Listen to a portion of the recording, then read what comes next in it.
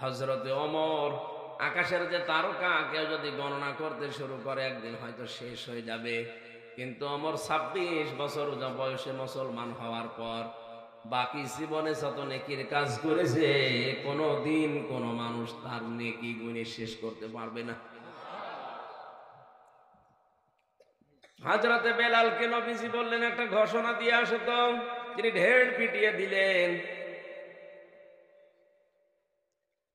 বিশ্বনবী জিহাদের ময়দানে যাবেন, তোমাদের যার যা সমর্থ আছে মসজিদে নববীতে নবীজি নিজে তার রুমাল বা চাদর বিছিয়ে আছে, ওখানে একটু দিয়ে আসো। সাহাবীরা যে যা পারে এসে দিচ্ছে। হযরত ওমর তার সম্পদের 2 ভাগের 1 ভাগ দিয়ে দিয়েছে। হযরত ওসমান তার সম্পদের 3 ভাগের 1 ভাগ দিয়ে দিয়েছে।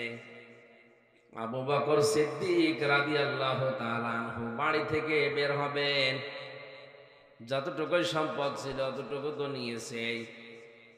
চুলার ভেতরে কিছু ছাই ছিল, ওগুলো তিনি স্ত্রীকে বললেন যে বেঁধে দাও।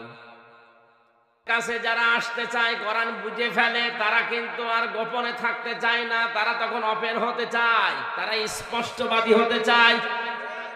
অথচ দেশে অনেক আল্লাহওয়ালা মানুষ আমরা দেখি বুজুর্গ বলে দাবি করে, তাহাজ্জুদ পড়ে, বলে হুজুর দিনকাল ভালো না, দোয়া করেন, গোপনে আসি। গোপনে আসি মানে দিনকালকে 1000 বছর আগে আর ভালো ছিল। তখন তো করাত দিয়ে ছিঁড়ে ফেলতো, চামড়া গোশত সব আলাদা করে করে শরীর থেকে খসিয়ে নিত, জীবিত মানুষকে গরম তেলের ভেতরে ঢেলে দিত। কথা বলেন না কেন?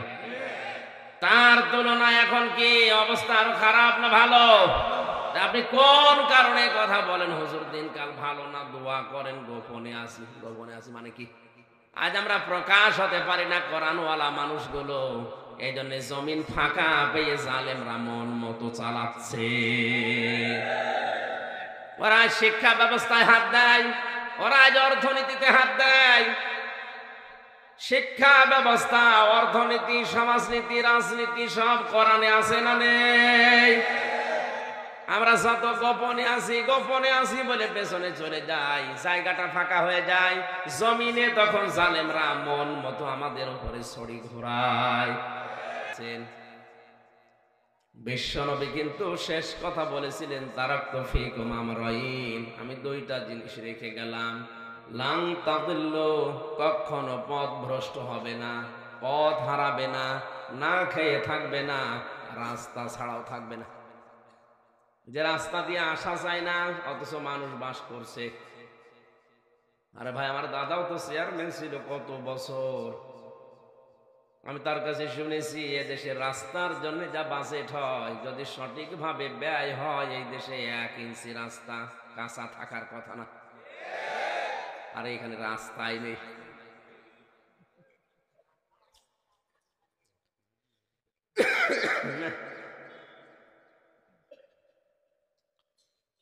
তাহলে এ দ্বারা বোঝা যাচ্ছে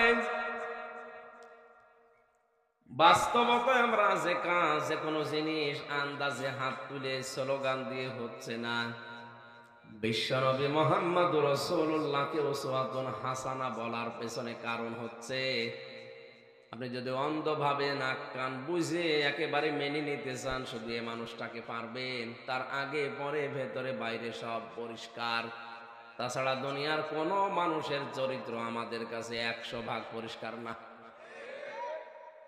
নবীজি এই কারণে বলেছিলেন, তোমাদের 2টা জিনিস রাখলাম, কোরআন আর সুন্নাহ, আঁকড়িয়ে ধরলে কোনোদিন তোমরা না খেয়ে থাকবে না, লাঞ্ছিত হবে না, মার খাবে না। আপনার বিবেকের কাছে আমার প্রশ্ন, নবীজি যাদের সামনে নিয়ে পাশে বসিয়ে কথা বলছিলেন সবই তো জান্নাতি মানুষ। কথা বলেন না কেন? সামনে যারা ছিল তাদের জন্য কোরআনে আয়াত নাযিল হয়েছে, রাদিয়াল্লাহু আনহুম ওয়া রাদু আন, আমি আল্লাহ তোমাদের উপরে রাজি হয়ে গেছি, তোমরা যেমন আমার উপরে খুশি আছো। আর পাশে যে 2 জন পেছনে যারা ছিল এরা 10 জন জান্নাতের সার্টিফিকেট প্রাপ্ত জিন্দা মানুষ। নবীজি বলতে পারতেন না যে আমি মরণের পরে আমারে আবু বকরকে রেখে গেলাম, এই যে ওমরকে রেখে গেলাম, আমার জামাই 2টা আছে আলী ওসমান, তাদেরকে রাখলাম? পারতেন না? বলেন না কেন? একজনের নামও তো বলেননি, অথচ তাদের মর্যাদা জানেন। হযরতে আবু বকরকে জান্নাতের প্রতিটা দরজা ডাকবে। হযরতে ওমর, আকাশের যে তারকা কেউ যদি গণনা করতে শুরু করে একদিন হয়তো শেষ হয়ে যাবে, কিন্তু ওমর 26 বছর বয়সে মুসলমান হওয়ার পর বাকি জীবনে যত নেকির কাজ করেছে কোনো দিন কোনো মানুষ তার নেকি গুণে শেষ করতে পারবে না। হযরতে বেলালকে নবীজি বললেন একটা ঘোষণা দিয়ে আসো তো।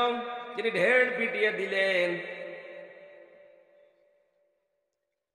বিশ্বনবী জিহাদের ময়দানে যাবেন, তোমাদের যার যা সামর্থ্য আছে মসজিদে নববীতে নবীজি নিজে তার রুমাল বা চাদর বিছিয়ে আছে, ওখানে একটু দিয়ে আসো। সাহাবীরা যে যা পারে এসে দিচ্ছে। হযরত ওমর তার সম্পদের 2 ভাগের 1 ভাগ দিয়ে দিয়েছে। হযরত ওসমান তার সম্পদের 3 ভাগের 1 ভাগ দিয়ে দিয়েছে।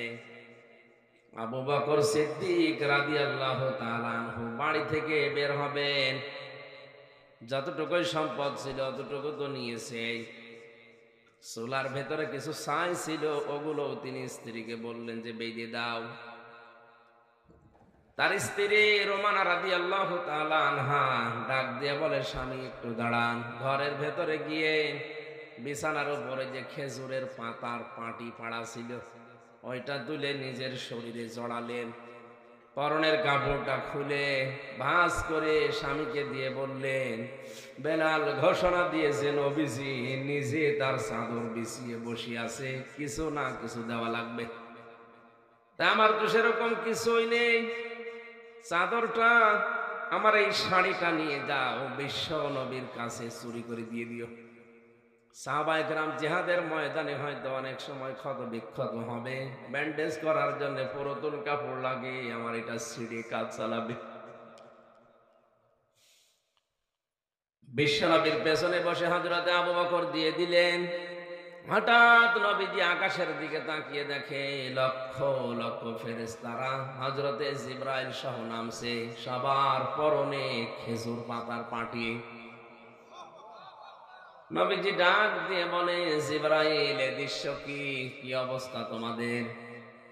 ফেরেশতা বলে, ইয়া রাসূলুল্লাহ আপনি কি আবু বকরের ঘরের খবর জানেন? বসে কই কিছুই তো বলে না আমারে। আজকের এই ময়দানে কে কি দিয়েছে আপনি একটু খবর নেন তো। বিশ্বনবী জিজ্ঞাসা করলেন ওমরকে, আব্দুর রহমান বিন আউফকে, ওসমানকে, আলীকে, সবাই যার যার মতো করে বলেছে। আবু বকর ডাক দিয়ে বলে, ইয়া রাসূলুল্লাহ আমার বাড়িতে জাগতিক সম্পদ বলতে যা বোঝায় আর কিছুই নেই, আমি শুধু আল্লাহ এবং রাসূলের নাম রেখে এসেছি। আমার বাড়িতে এখন আল্লাহ আর নবীর নাম ছাড়া কিছুই নেই, সোলার ছাই পর্যন্ত আমি নিয়েছি যে ব্যান্ডেজের কাজে লাগবে এই বলে। নবীজি বললেন, আবু বকর হয়নি, জিবরাইল আমাকে যেটা দেখিয়েছে এটার সাথে তো মেলে না, বলো দেখি আর কোনো গোপন রহস্য আছে কিনা। সিদ্দিক আকবর বলে, ইয়া রাসূলুল্লাহ আমি আসার সময় আমার স্ত্রী উম্মে রোমানা তার নিজের পরনের শাড়ি পর্যন্ত খুলে ভাঁজ করে প্যাকেট করে আমাকে দিয়েছে, যেন সাহাবীদের ক্ষত বিক্ষত জায়গায় পুরাতন কাপড় হিসাবে ব্যান্ডেজে কাজে লাগে। খেজুর পাতার পাটি পড়ে আছে, সেরকম পোশাক আর ঘরে নেই। জিবরাইল বলে, ইয়া রাসূলুল্লাহ এই কাজটা আল্লাহর এত বেশি পছন্দ হয়েছে, আজকের এই দিনে আসমান জমিনে যত ফেরেশতা আছে আল্লাহর কাছে আজকের দিনের জন্য সব ফেরেশতাদের পছন্দনীয় পোশাক হচ্ছে এই খেজুর পাতার পাটি। কোথায় মর্যাদা তাদের আপনি খেয়াল করেন। নবীজি কিন্তু বলতে পারতেন যে এই যে রেখে গেলাম একে যদি মেনে চলো তোমরা জান্নাত পেয়ে যাবে, পথ হারাবে না, বলেন নাই? বিবেকের কাছে আপনার প্রশ্ন আসা দরকার। এত বড় বড় তারকা স্টার জান্নাতের সার্টিফিকেট জিন্দা অবস্থায় যাদের নবীজি হাতে ধরিয়ে দিলেন, তাদের জন্য যদি নবী না বলেন তা আমি কাকে আন্দাজে মানছি? এই জন্যই তো হাদিসটার ব্যাখ্যায় বলতে গিয়ে জানিয়েছি, কোরআন যেখানে নেই ওইরকম দল, ওইরকম দরবারে যদি কেউ জেনে শুনে যায়, ও যদি ভালো হওয়ার নিয়তেও যায়, আমার আল্লাহ নিজে দায়িত্ব নিয়ে তাকে গোমরা বানিয়ে দেয়। আমরা এখন থেকে সাবধান হব ইনশাআল্লাহ। দরুদ আর সালাম পড়ছি আমাদের নবী মুহাম্মদুর রাসূলুল্লাহ সাল্লাল্লাহু আলাইহি ওয়াসাল্লামের প্রতি। যারা আদর্শ পেয়ে আমরা খুশি না বেজার? নবীজি জানিয়েছেন, মান সাল্লা আলাইয়া ওয়াহিদান সাল্লাল্লাহু আলাইহি আশারা। কেউ যদি আমার উপরে একবার দরুদ পড়ে, মহান আল্লাহ তার দিকে 10 বার নিজের দৃষ্টি দিয়ে তাকিয়ে থাকে। কেউ যদি আল্লাহর রহমতের একটা দৃষ্টি পায়, সে জান্নাতে যাবে, মাস্ট বি যাবে। আর এখানে আছে আশারা, 10 বার আল্লাহ তাকাবে তার দিকে। কি পড়লে? দরুদ। বলেন বলেন। নবীজি বলেন, লক্ষ লক্ষ টাকা খরচ করে বিভিন্ন প্রান্ত থেকে মদিনাতে এসে আমার কবরের পাশে দাঁড়িয়ে যখন মানুষেরা সালাম দেয়, আমি শুনি এবং উত্তর দিয়ে দেই। কিন্তু আমার কিছু গরিব উম্মত পৃথিবীর বিভিন্ন প্রান্তে ছড়িয়ে আছে, যাদের লক্ষ লক্ষ টাকা নিয়ে আসতে পারে না। ওরা যদি মন থেকে আমার কাছে সালাম পাঠায়, ফেরেশতারা ওইটা নিয়ে তাদের গ্রামের নাম, বাবার নাম, মায়ের নাম বলে আমি নবীর কাছে শোনাতে থাকে। আমি শুনি আর উত্তর দেই। কোরআনে কারীম জানিয়েছে, ইন্নাল্লাহা ওয়া মালাইকাতাহু ইউসাল্লুনা আলান নবী ইয়া আইয়ুহাল্লাযীনা আমানু সাল্লু আলাইহি ওয়া সাল্লিমু তাসলিমা। সূরা আহজাবের 56 নম্বর আয়াতে আল্লাহ বলেন, অবশ্যই আমি আল্লাহ নিজে এবং আমার যত ফেরেশতা আছে সবাই। মালাকুন এক বচন, মালাইকা বহু বচন। কোন ফেরেশতা বাদ থাকে না।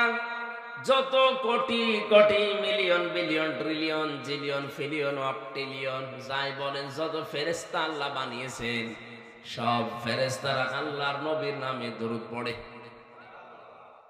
1,24,000 নবী, কোন নবীর নামে ফেরেশতারা দরুদ পড়ে না। দরুদ পড়লেই শুধু পড়ে আমাদের নবী মুহাম্মদ রাসূলুল্লাহর উপরে। ইয়া আইয়ুহাল্লাযীনা আমানু, ওহে যারা ঈমানের দাবি করো তাদেরকে বলছি, সাল্লু আদেশ, এটা আমর। আল্লাহ বলেন সাল্লু আলাইহি, তোমরাও তার উপরে দরুদ পড়ো। সাল্লিমু তাসলিমা, যথাযথভাবে যেভাবে পড়া দরকার। টাঙ্গায় তো নেওয়া লাগবে। আল্লাহ নিজে পড়ে দরুদ, ফেরেশতাদের দিয়ে পড়ায়, আমাদেরকেও আদেশ দিলেন, তাহলে দরুদ আমাদের পড়া লাগবে। পৃথিবীতে কেউ যদি দরুদ বেশি বেশি পড়ে, কিয়ামতে সে নবীর সাথে পাশাপাশি থাকবে। এবার আসেন তো বাস্তবতায় নিয়ে যায় আয়াতটা। আল্লাহ পাক কেন আমাদেরকে যথাযথভাবে এই শব্দটা দিলেন? ওই ফেরেশতাদের আগে তো দেননি, তার নিজের আগে দেননি। ঈমানদারকে আল্লাহ ডাক দেওয়ার পরে এই দরুদ পড়তে বলেছেন, কিন্তু যথাযথভাবে। এটা কি? এই জন্যই তাফসীর মাহফিলে আসতে হয়। ব্যাখ্যায় মুফাসসিরিন ইকরাম লিখেছেন, আপনি যদি যথাযথভাবে দরুদ পড়তে চান, দরুদে যে বাক্যগুলো বলেছেন ওইগুলো আপনার প্র্যাকটিক্যাল লাইফে আগে দেখাবেন। কথা বুঝতেছেন? আমরা সবাই মিলে এখানে অনুষ্ঠান শুরু করার প্রথমেই এ দরুদটা পড়েছি। কারণ কি? কোন অনুষ্ঠানে যদি দরুদ পড়া হয়, সঙ্গে সঙ্গে অনুষ্ঠান আল্লাহর দরবারে পৌঁছিয়ে যায়। কিন্তু শর্ত হচ্ছে দরুদটা হওয়া লাগবে দরুদের মতো, হক আদায় করে। জবাব দিতে পারেন হয়তো যে হক আদায় করে তো পড়লাম না। হক আদায় করে পড়ার অর্থ হচ্ছে প্রথম থেকে আপনি শুরু করবেন, আল্লাহুম্মা, হে আল্লাহ, সাল্লি আলা, তুমি রহমত নাজিল করো, আলা মুহাম্মাদ, মুহাম্মাদের উপরে। কার উপরে? জবাব দেন না কেন? স্বভাবত যেন প্রশ্ন আসে আল্লাহর পক্ষ থেকে, টাঙ্গাইল মানিকগঞ্জের মানুষেরা দাঁড়াও, হাজার হাজার মানুষ মিলে যে আমার কাছে বললে যে রহমত নাজিল করো মুহাম্মদের উপরে, কে এই মোহাম্মদ কে? যত মানুষ এখানে আমরা আছি এক বাক্যে জবাব দিয়েছি, আল্লাহ উনি কিন্তু সাইয়্যিদিনা, আমাদের নেতা। কি উনি সাধারণ না, উনি আমাদের নেতা। এই জন্য আল্লাহর ঘোষণা দেওয়া নেতা এই পৃথিবীতে একজন। আদম থেকে কিয়ামত পর্যন্ত যত মানুষ দুনিয়ায় আসবে, কোন মানুষকে আল্লাহ নেতা বলে ডাক দেননি, শুধুমাত্র মুহাম্মদ রাসূলুল্লাহকে বলেছেন ইয়াসিন, হে নেতা। আমার তো মনে হয় ইয়াসিন এই শব্দটা আকাশের চাইতেও ভারী। আল্লাহ নিজে শুধু এই দুনিয়াতে একজন মানুষকে নেতা বলে ডাক দিয়েছেন, হে নেতা। ইয়া মানে হে, সিন মানে সাইয়্যিদ, সাইয়্যিদ মানে নেতা। আল্লাহর ঘোষণা দেওয়া নেতা কয়জন? আরো জোরে বলেন। এই যে কোরআন আমার সামনে কসম করে বলছে, এটা যদি শুধু দুনিয়ার বিষয় হতো আমি বলতাম না, এটা আখিরাতের সাথে সম্পর্কিত। দুনিয়াতে যাদের নেতা ঠিক নেই, আল্লাহর কসম ওই লোকটা মরণের পরে 100 ভাগ ধরা খাবে।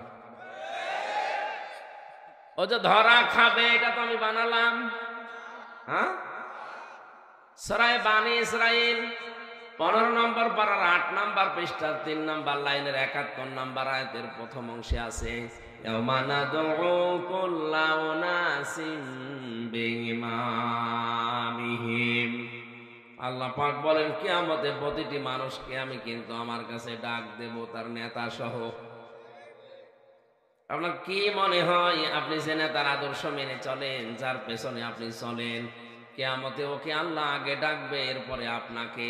বলেন তো, ওরে দেখেই যদি আল্লাহর রাগ হয়ে যায় তে আপনারে থাপড় দেবে না? আমি হাসির খোরাকি দেওয়ার জন্য বলি নাই।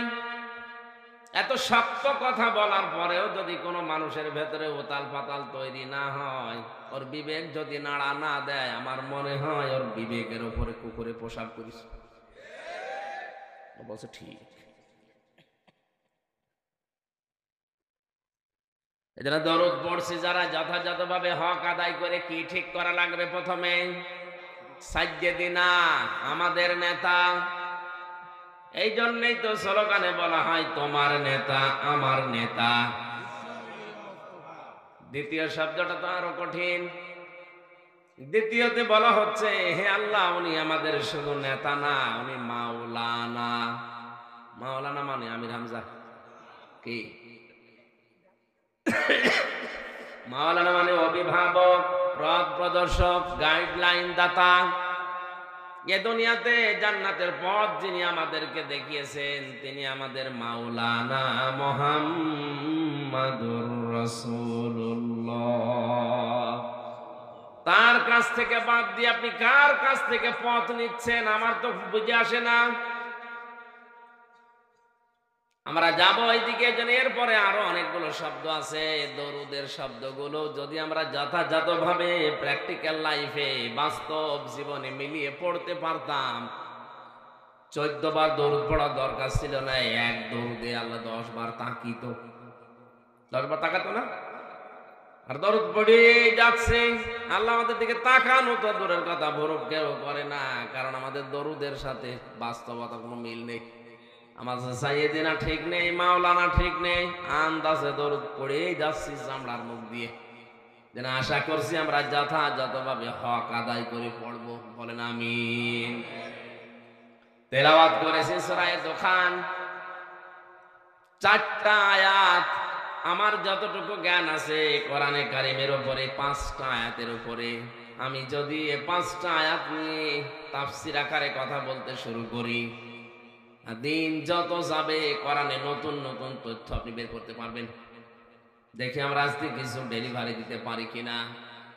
জবান খুলে আগে পড়েন কোরআনের এই আয়াত, আউযু বিল্লাহি মিনাশ শাইতানির রাজিম, বিসমিল্লাহির রহমানির রহিম।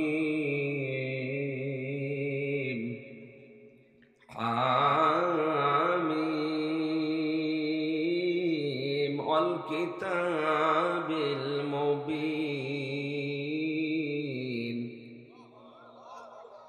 ইন্না আনজালনাহু ফি লাইলাতিন মুবারাকাহ ফি লাইলাতিন মুবারাকাতিন ইন্না কুন্না মুনজিরিন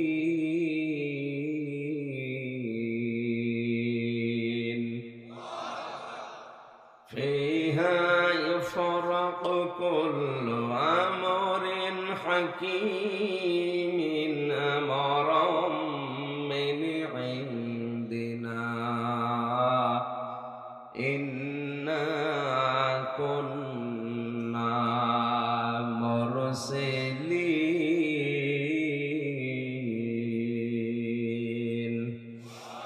সাদাকতা ইয়া রব্বানা। কোরআনে কারিমের 44 নম্বর সূরা, 59টা আয়াত আছে, 3টা রুকু আছে। প্রথম 5টা আয়াত পড়েছি। সূরার নাম দোখান। কি নাম? দোখান মানে ধোঁয়া। এই যে ধোঁয়া বলে না, ধোঁয়া ধোঁয়া ওঠে, ধোঁয়া। কিয়ামতের আগে তামাম দুনিয়া আল্লাহ ধোঁয়ায় অন্ধকার করে দেবেন। এই দোকান থেকে তাদখিন, যেটা গ্রাম অঞ্চলে বিড়ি, ধূমপান। ধূম মানে ধোঁয়া, পান মানে খাওয়া, ধোঁয়া খাওয়া। এটা অনেকেই বিভিন্ন কায়দায় ফতোয়া দিয়ে উল্টিয়ে পাল্টিয়ে বলতে চায় যেটা হারাম না, এটা মাকরুহ। কি এটা? যাক, আমাদের এই ঢাকা, রাজশাহী, খুলনা, বরিশাল, এ সমস্ত এলাকা তো জায়গা আছে। এই সিলেট আর চট্টগ্রামে ঝামেলার শেষ নেই। ওখানে ইমাম সাহেবরাও বিড়ি খায় অনেকে। কোন জিনিস হারাম হওয়ার জন্য এখানে যারা আছেন ভালো করে শুনবেন। আন্দাজে কিছু দেখলে হারাম হারাম বলে ফতোয়া দেবেন না।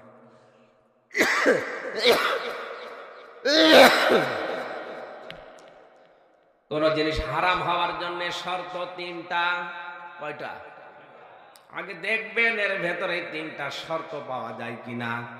1 নম্বরে ওটা নাপাক হওয়া লাগবে। কি হবে? 2 নম্বরে ওটা ক্ষতিকারক হওয়া লাগবে। 3 নম্বরে এটা অশ্লীল হওয়া লাগবে। পৃথিবীর যে কোনো জিনিস হারাম যদি আপনি ঘোষণা দিতে চান, এই 3টা বিষয়ের ভেতরে থাকতে হবে। এটা একটা থিওরি, মনে রাখলে দুনিয়ার যে কোনো বিষয়ে আপনি জানতে পারবেন এটা হারাম না হালাল। আর একটা কথা মনে রাখেন, হারাম কিন্তু নির্ধারিত কয়েকটা জিনিস মাত্র, আর হালাল এ নির্ধারিত না। হারাম কয়েকটা বাদ দিলে পৃথিবীতে যা আছে সবই হালাল। এটা বুঝতে পেরেছেন? পৃথিবীর যে কোনো মহিলাকে বিবাহ করা হালাল, জায়েজ, বৈধ, শুধুমাত্র 14 জন বাদ দিয়ে। কথা বলে না কেন? শুধু বাংলাদেশে না, তামাম দুনিয়ার যে কোনো মহিলাকে আপনি বিবাহ করতে পারেন, কিন্তু 14 জন বাদ দিয়ে। পৃথিবীতে এই যে পানিতে যা পাওয়া যায় সবগুলোই হালাল। কয়েকটা জিনিসের নাম আল্লাহ কোরআনে দিয়েছেন, এই কয়টা বাদ দিয়ে। পশু পাখির ভেতরে সবই খাওয়া হালাল, কয়েকটা জিনিসের নাম আছে ওইগুলো বাদ দিয়ে। পৃথিবীতে তাহলে হালাল আনলিমিটেড, হালাল বলেন। হারাম হচ্ছে লিমিটেড, কয়েকটা মাত্র। বিড়িকে হারাম বলে ফতোয়া দেওয়ার পেছনে যে 3টা কারণ ওলামায়ে কেরাম দেখাচ্ছেন। সূরা আরাফের 157 নম্বর আয়াতের মাঝের অংশটা নিয়ে অনেকে ব্যাখ্যা করে, আয়ুহাল্লু লাহুমুত তাইয়্যিবাতি ওয়া ইউহাররিমু আলাইহিমুল খাবাইস। আল্লাহ পাক বলেন, হে নবী, আপনি অনেক কিছুকে যেগুলো পবিত্র হালাল বলে ঘোষণা দেন, আর যেগুলো নাপাক, অবৈধ, অপবিত্র, এগুলো আপনি হারাম বলে ঘোষণা দিয়ে দেন। কারণ আল্লাহ নিজেই শুধু শরীয়ত প্রণেতা না, বিশ্ব নবীকেও আল্লাহ শারিয়া বানিয়েছিলেন, শরীয়ত প্রণেতা।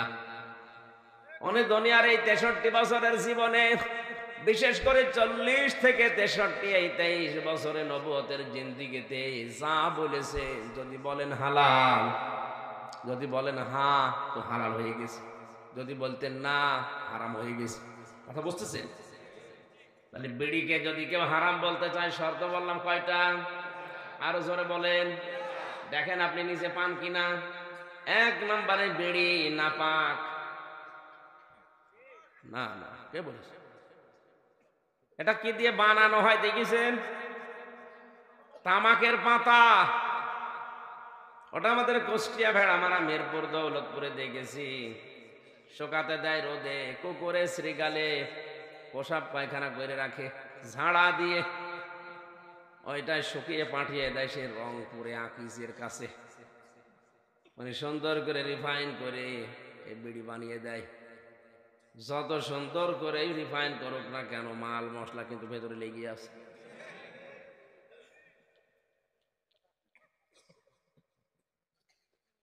তামাক পাতাটা নাপাক না, ওর পদ্ধতি এমন এমন জায়গায় নিয়ে যায়, শেষে নাপাক হয়ে যায়। একবারে আমি বলতে পারছি না, একবারে বলতে পারছি নাপাক না, কয়েকটা ধাপ আছে। তারপরে দ্বিতীয় নম্বরটা কি বললাম? ক্ষতিকর কিনা এটা?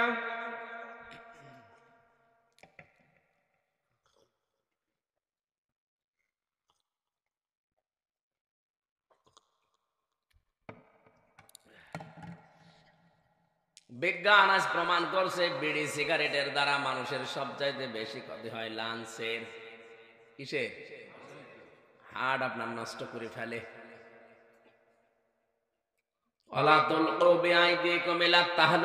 নিজেকে নিজে ধ্বংসের ভেতরে ফেলে দিও না। আল্লাহর নির্দেশ অনুযায়ী বিড়ি যেহেতু ক্ষতিকারক, পৃথিবীর একটাই মাত্র খাবার যার উপরে লেখা থাকে, কথা বলেন এখন, সুতরাং আমরা হারাম হওয়ার জন্য যে শর্তগুলো বলেছিলাম মিলিয়ে দেখছি, 2টা পাওয়া গেছে, একটা আংশিক আর একটা পুরাটাই। 3 নাম্বার, এটা অশ্লীলতা ছড়ায় কিনা? না না, কি এটা কি খেলে কি মাতাল হয়ে যায় মানুষ? তাহলে 3টার অন্তত একটা পাওয়া গেল যে এটা মানসিক ক্ষতি হয়, পরিবেশের ক্ষতি হয়, সামাজিক ক্ষতি হয়, সর্বোপরি অর্থের যে ক্ষতি। বাংলাদেশে প্রায় 22,000 কোটি টাকার উপরে মানুষ এই ধোঁয়া দিয়ে উড়িয়ে দিচ্ছে। এমনি গরিব দেশ, সেতু বানাতে বিভিন্ন দেশ থেকে ধার করে ঋণ করে বানানো লাগে। আর এই দেশে যদি 22,000 কোটি টাকা এভাবে আপনি ধোঁয়া দিয়ে উড়িয়ে দেন, লাভ হলে হয়তো কোনো লাভই নেই, সব ক্ষতি। তাহলে এই ধোঁয়া থেকে, দোকান থেকে তাদখীন, আল্লাহ রাব্বুল আলামিন এই দোকান ধোঁয়া নামে একটা সূরা দিলেন, 59টা আয়াত আছে। আমার যতটুকু জ্ঞান আমি এবার প্রবেশ করছি কোরআনে তাফসীর আকারে। হামিম এর অর্থ শুধু আল্লাহ জানে, আমাদেরও বোঝার দরকার নেই। কেউ কেউ বলেছে এটা নবীজির নাম। বিশ্ব নবীকে পুরা কোরআনে আল্লাহ 7টা নাম ধরে ডাক দিয়েছেন: ইয়াসিন, তাহা, মুজাম্মিল, মুদ্দাসসির, আহমদ, মুহাম্মদ, আব্দুল্লাহ। কয়টা বলেন বলেন? এর ভেতরে হামিম যেহেতু নেই, কোন কোন ঐতিহাসিক তাফসীর কারকরা বলেছে হামিম এটাও নবীজির নাম হোক, যেহেতু অর্থ আল্লাহ ছাড়া অন্য কেউ জানে না, করতেও নিষেধ করা হয়েছে, ওটা দরকার নেই। এর পরের আয়াতে আমার আল্লাহ কসম দিচ্ছেন, ওয়াল কিতাবিল মুবিন। ওয়ায়ে কসমিয়া, কিতাবের আগে আলিফ লাম নির্দিষ্ট করার জন্য, মুবিন মানে স্পষ্ট। আল্লাহ পাক বলেন এই নির্দিষ্ট স্পষ্ট কিতাবের কসম। কোরআন শরীফ এটা স্পষ্ট না অস্পষ্ট? স্পষ্ট বললেন কারা আন্দাজে বলেছেন? এখানে কয়েকজন আলেম বাদ দিয়ে বাকি যারা বসে আছে সবার কাছে এই কোরআন এই ধোঁয়াশার মতো। এই কথা বলেন না কেন? আপনার কাছে স্পষ্ট কোরআন, একটা শব্দের অর্থ বলতে পারবেন? নরসেনদের গিরিশচন্দ্র সেন এ বেটা হিন্দুর চাইতেও আমরা আজ পিছিয়ে পড়ে আছি কোরআনের ব্যাপারে। এই লোকটা তাফসির পর্যন্ত লিখেছে, বাংলা অর্থ এই বাংলাদেশে যারা প্রথম প্রথম করেছে তার ভেতরে সে একজন। ঐতিহাসিক আমির আলী বসুমিয়া সর্বপ্রথম কোরআনের বাংলা করে সূরা ফাতিহা। এরপরে এই গিরিশচন্দ্র সেন পুরা কোরআন শরীফের আম পারাটা করে প্রথমে, এরপরে আস্তে আস্তে তাফসির লিখেছে। আপনি হিসাব করেন, তাফসির লিখতে হলে কমপক্ষে এক একটা শব্দের 33টার ওপরে অর্থ আপনার জানা থাকা লাগবে, নয়তো পারবেন না। কথা বুঝতেছেন? আপনি একটা শব্দের মনে করেন একটা অর্থ শুধু জানেন, কিন্তু ওই শব্দের অর্থটা কোরআনে আল্লাহ ওই অর্থে ওই জায়গায় দেয়নি। যেমন দরাবা মানে মারা, আঘাত করা, এটা শব্দের একটাই অর্থ আপনি জানেন, অথচ দরাবা শব্দের এমনও জায়গা আছে যেখানে মারা অর্থ নেই, ওখানে আছে সফর করা। এমনও জায়গা আছে যেখানে দরাবা মানে দৃষ্টান্ত দেওয়া, উদাহরণ দেওয়া। দারাবাল্লাহু মাসালান লিল্লাযীনা আমানু মারাতা ফিরআউন। আল্লাহ পাক এখানে দারাবা দিয়ে মারা না, সফর করা না, উদ্দেশ্য হচ্ছে দৃষ্টান্ত দেওয়া, উদাহরণ দেওয়া। তাহলে আপনি একটা শব্দের একটা অর্থ মুখস্থ করে বসে আছেন, কোরআনে এই জায়গায় যদি ওটা অর্থ করেন, অর্থ কি হবে? পাল্টিয়ে যাবে। কি হবে? কোরআনের অর্থ পাল্টিয়ে গেলে তখন আপনার ঈমান থাকবে? বেটা হিন্দু মানুষ, আমাদের ধর্মেরও না, কি আয়ত্ত করেছে তাফসীর লেখা, তার তুলনায় আমরা কত পিছিয়ে আছি। তার কাছেও কোরআন স্পষ্ট ছিল, আমাদের কাছে ওইরকম স্পষ্ট নেই। এখানে দুই ধারে দুইজন বসে আছে, ওনারা সহ আমি হামজা সহ যত আলেম যত জ্ঞানী গুণী বসে আছে, কেউ বুকে হাত দিয়ে বলতে পারবেন না পুরা কোরআনের প্রতিটি শব্দের অর্থ আমার জানা আছে। পারবেন? কেউ পারবে না। আমারও মনে নেই, হ্যাঁ পড়েছিলাম, আমারও মনে নেই, এখন আবার ডেলিভারি করা লাগবে, আবার ওইটা আয়ত্ত করা লাগবে, স্টাডি দেখা লাগবে, তাছাড়া হবে না। আর বেটা হিন্দুর কি ব্রেন, কি মেধা আল্লাহ দিয়েছে, প্রতিটা শব্দের অর্থ একটা দুইটা না, 33টার উপরে 99টা পর্যন্ত মুখস্থ ছিল। তাহলে আপনি যে বললেন কোরআন স্পষ্ট, তো আপনার কাছে না, ও গিরিশচন্দ্র সেনের কাছে হতে পারে। এই জন্য কোরআনের কাছে যারা আসতে চায়, কোরআন বুঝে ফেলে, তারা কিন্তু আর গোপনে থাকতে চায় না, তারা তখন ওপেন হতে চায়, তারা স্পষ্টবাদী হতে চায়। অথচ দেশে অনেক আল্লাহওয়ালা মানুষ আমরা দেখি, বুজুর্গ বলে দাবি করে, তাহাজ্জুদ পড়ে, বলে হুজুর দিনকাল ভালো না, দোয়া করেন, গোপনে আসি। গোপনে আসি মানে দিনকালকে 1500 বছর আগে আর ভালো ছিল, তখন তো করাত দিয়ে ছিঁড়ে ফেলতো, চামড়া গোশত সব আলাদা করে করে শরীর থেকে খসিয়ে নিত, জীবিত মানুষকে গরম তেলের ভেতরে ঢেলে দিত। কথা বলে না কেন? তার তুলনায় এখন কি অবস্থা আরো খারাপ না ভালো? আপনি কোন কারণে কথা বলেন হুজুর দিনকাল ভালো না, দোয়া করেন, গোপনে আসি? গোপনে আসি মানে কি? তারা আর গোপনে থাকতে চায়নি। তাকান হযরত ওমরের দিকে, যেই দিনই কোরআনের কাছে এসেছেন বলেছেন, হে নবী অনুমতি দেন, কোরআনের বিপক্ষে আমি প্রকাশ্য একটা মিছিল দিয়ে আসি। আর আমাদের জন্মের পর থেকে 70 বছর হয়ে যাচ্ছে, ওরা এখনো গোপনই কাটছে না, তো কবে প্রকাশ হবে? আজ আমরা প্রকাশ হতে পারি না কোরআনওয়ালা মানুষগুলো, এই জন্য জমিন ফাঁকা পেয়ে জালেমরা মন মতো চালাচ্ছে। ওরা আজ শিক্ষা ব্যবস্থায় হাত দেয়, ওরা আজ অর্থনীতিতে হাত দেয়। শিক্ষা ব্যবস্থা, অর্থনীতি, সমাজনীতি, রাজনীতি সব কোরআনে আছে না নেই? আমরা যত গোপনে আছি বলে পেছনে চলে যাই, জায়গাটা ফাঁকা হয়ে যায়, জমিনে তখন জালেমরা মন মতো আমাদের উপরে ছড়ি ঘোরায়।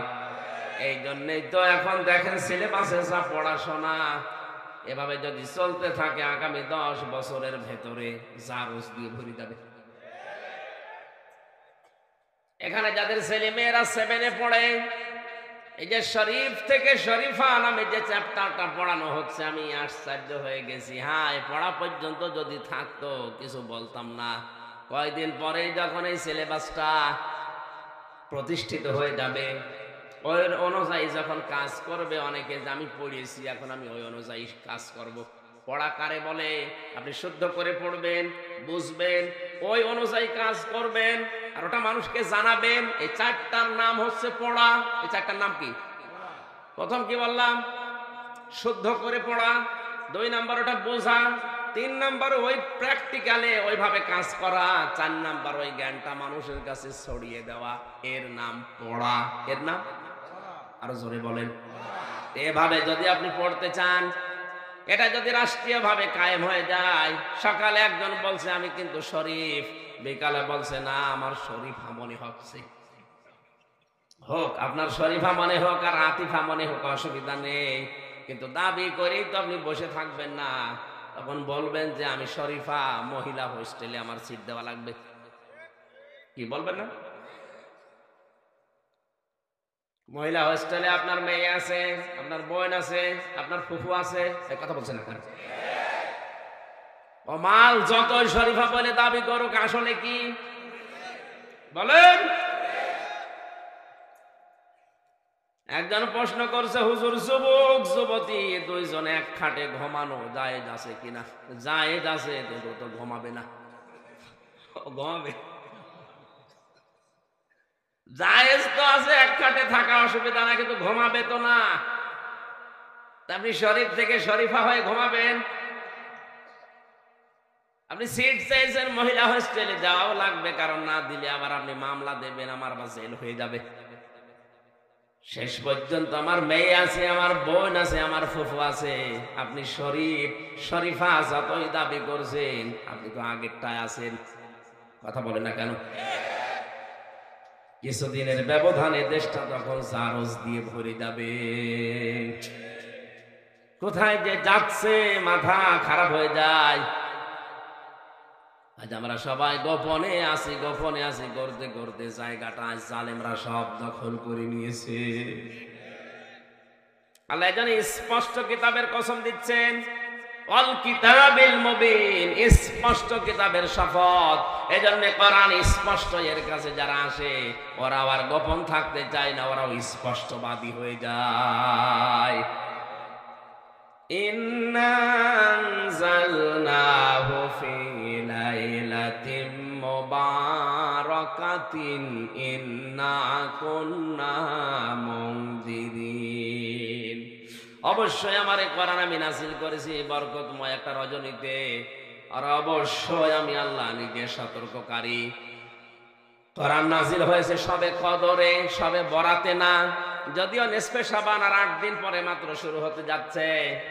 সবে বরাত নামে যেটা আমাদের এই সমস্ত দেশে চলে, অনেকে আজ বেদাত বলে মানুষকে দূরে সরিয়ে রাখতে চেষ্টা চালাচ্ছে না। আপনি এটা বন্ধ করেন, কারণ সবে বরাত নিসফে শাবান নিয়ে প্রায় নির্ভরযোগ্য 15টা হাদিস আমার মতো ছোট মানুষই পেয়েছি। যারা বড় বড় মুহাদ্দিস, সাইকল হাদিস, হাজার লক্ষ হাদিসের হাফেজ যারা, তাদের কাছে আরো বেশি পাওয়ার কথা। তাও যেমন তেমন সাহাবী বর্ণনা করেনি। বিশ্ব নবীর স্ত্রী হযরতে আয়েশা সিদ্দিকা, হযরতে আবু হুরায়রা, মুআয ইবনে জাবাল, আবু বকর সিদ্দিক, হযরতে ওমর, এরকম বড় বড় সাহাবীরা বর্ণনা করেন গভীর রজনীতে বিশ্ব নবী মুহাম্মদুর রাসূলুল্লাহ নিজে জান্নাতুল বাকিতে কান্নাকাটি করছিলেন। তার স্ত্রী হযরতে আয়েশা ডাক দিয়ে বলেন, হে নবী আপনি কাঁদেন কেন? নবীজি বলেন, আয়েশা তুমি জানো না আজকে কোন রাত? আজকে নিসফে শাবান, শাবান মাসের 14 তারিখের দিবাগত রাত। আজকের এই ময়দানে, আজকের এই রাতে মহান আল্লাহ প্রথম আসমানে এসে বান্দা বান্দীদেরকে ডাক দিচ্ছে। 5 প্রকার মানুষ ছাড়া দুনিয়ার সব মানুষকে আল্লাহ নাকি মাফ করে দেবে। তা আমি ঘুমিয়ে থাকবো কি করে? আমার উম্মতদেরকে আমি জানিয়ে দেই, 5 প্রকার গুনাহ যদি বাদ দিতে পারে, তাহলে সবে বরাতে আল্লাহ তাদেরকে আসলেই মাফ করে দেয়। যে 5 প্রকার মানুষকে সবে বরাতে আল্লাহ মাফ করে না। নারী পুরুষ যারা আছেন শোনেন, আপনি নফল রোজা রাখতে পারেন, নফল নামাজ, কোরআন শরীফ, জিকির আজকার করেন, কোনো অসুবিধা নেই, কিন্তু 5 প্রকার মানুষের ভেতরে যদি আপনি পড়ে যান, সবে বরাতে, সবে কদরে, সবে মেরাজে না, কাবা শরীফে গিয়ে পড়ে থাকলেও মাফ হবে না। কয় প্রকার? বলেন বলেন। এবার আপনি দেখেন তো কোন প্রকারে আছেন, নাকি বলবো না? খুব ভালো করে শোনেন, সবে কদরে সবে বরাতে জেনেসপে সাবানে আপনার কিন্তু মাপ হবে না যদি এর ভেতরে পড়ে যান। হাদিসের 1 নাম্বার পয়েন্ট হচ্ছে যারা শিরিক করে, শিরিকে সাপোর্ট করে।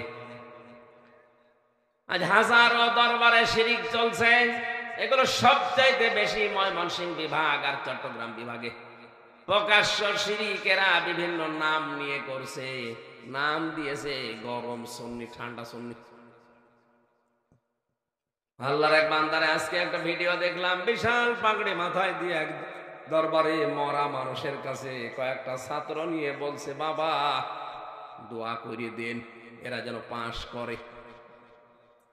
এ কথা বলা ওই বাবার কাছে প্রকাশ্য শিরিক। কথা বলে না কেন? আমি এক কথায় বোঝাচ্ছি শিরিক কাকে বলে, মাত্র একটা কথায়। এদিকে তাকান। আল্লাহ যেটা পারে ওইটা অন্য কেউ পারে, এই বিশ্বাস করার নাম শিরিক। কথা বোঝা গেছে? পৃথিবীর যে কোনো জিনিস দেওয়ার একচ্ছত্র মালিকানা কার? আরো জোরে বলেন। সে মৃত পীর হোক, জিন্দা পীর হোক, কেউ আপনার ভাগ্যের পরিবর্তন পারবে না। শুধুমাত্র এটা পারে, দায়িত্বে আছে কে?